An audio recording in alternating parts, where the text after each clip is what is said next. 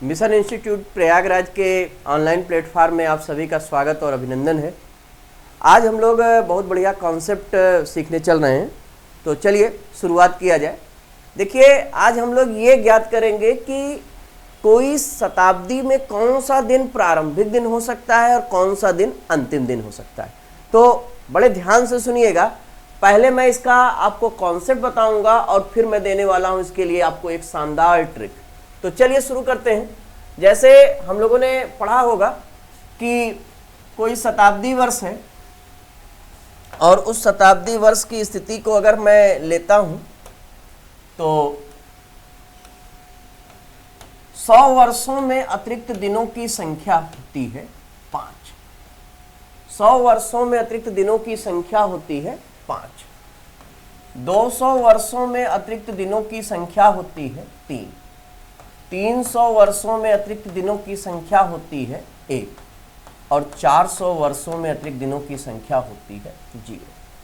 तो 100 वर्षों में अतिरिक्त दिनों की संख्या 5, 200 में 3, 300 में 1 और 400 में 0।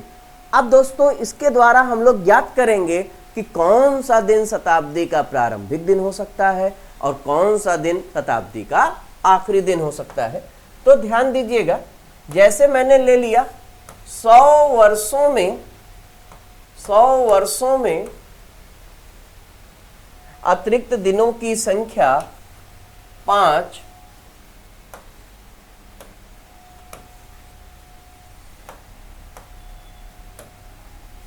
वर्षों में अतिरिक्त दिनों की संख्या 5, इसका मतलब प्रथम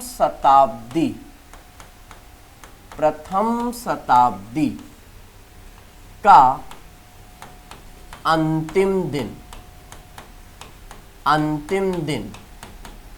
क्या हो जाएगा? तो प्रथम शताब्दी का अंतिम दिन हो जाएगा शुक्रवार। प्रथम शताब्दी का अंतिम दिन क्या हो जाएगा? शुक्रवार। और अगर प्रथम शताब्दी का अंतिम दिन शुक्रवार है तो दूसरी शताब्दी का प्रथम दिन क्या हो जाएगा? शनिवार।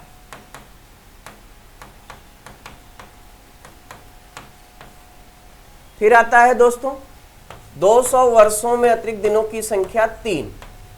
तो हम कहेंगे दूसरी शताब्दी का अंतिम दिन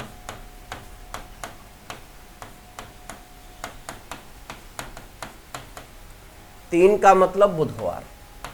और अगर दूसरी शताब्दी का अंतिम दिन बुधवार है तो तीसरी शताब्दी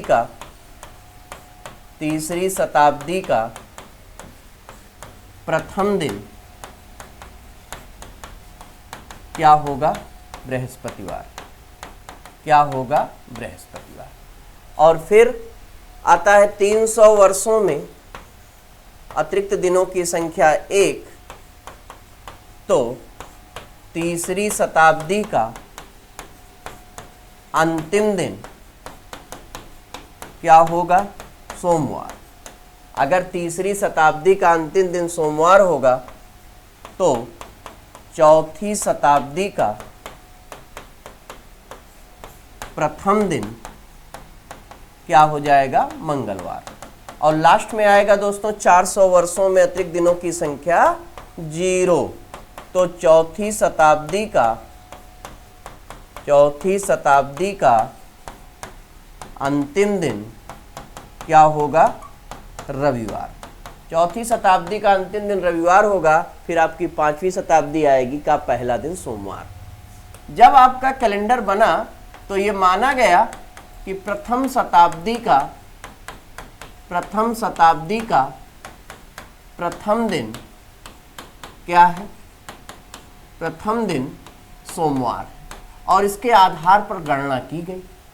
तो ये आपके पास पूरा शताब्दी की स्थिति है। अब इसमें हमें यह समझना है कि कौन सा दिन शताब्दी का प्रारंभिक दिन हो सकता है और कौन सा दिन शताब्दी का आखिरी दिन हो सकता है। तो अगर आप ध्यान से देखो तो मंगलवार, बृहस्पतिवार और शनिवार ये 3 दिन शताब्दी के प्रारंभिक दिन हो सकते हैं और रविवार, बुधवार और शुक्रवार ये शताब्दी के आखिरी दिन हो सकते हैं, और सोमवार एक ऐसा दिन है जो शताब्दी का प्रारंभिक और अंतिम दिन हो सकता है।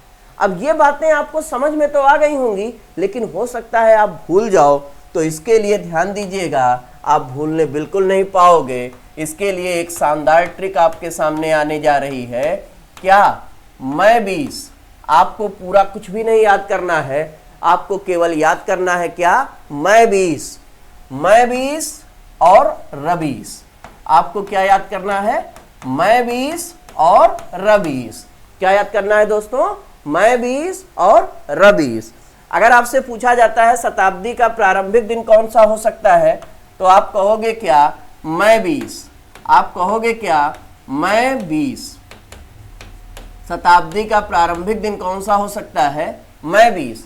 मैं 20 में मां का मतलब मंगलवार, और उसके बाद अल्टरनेट दिन।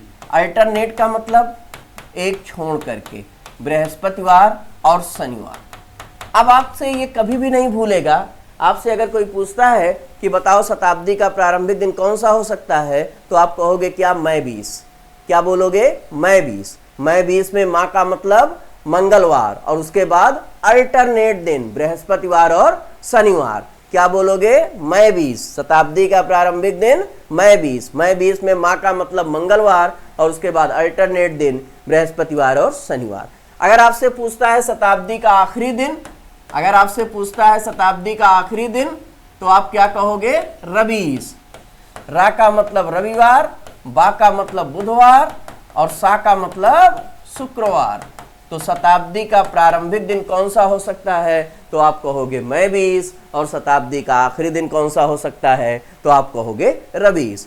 और कौन सा ऐसा दिन है जो शताब्दी का प्रारंभिक और अंतिम दिन दोनों हो सकता है? तो सोमवार शताब्दी का प्रारंभिक और अंतिम दिन दोनों हो सकता है। तो ये बात आपके पास आ गई, बड़ी इंपॉर्टेंट।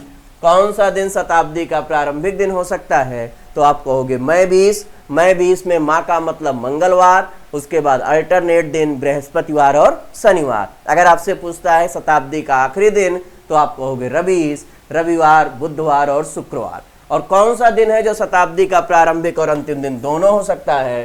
तो आपका जवाब क्या होगा? सोमवार। तो ये दोस्तों हमारी ट्रिक रही, आपको समझ में आई होगी, अच्छा लगा होगा। अगर अच्छा लगा हो तो इसको कमेंट बॉक्स में लिख करके बताइएगा और आगे शेयर जरूर करिएगा। धन्यवाद दोस्तों।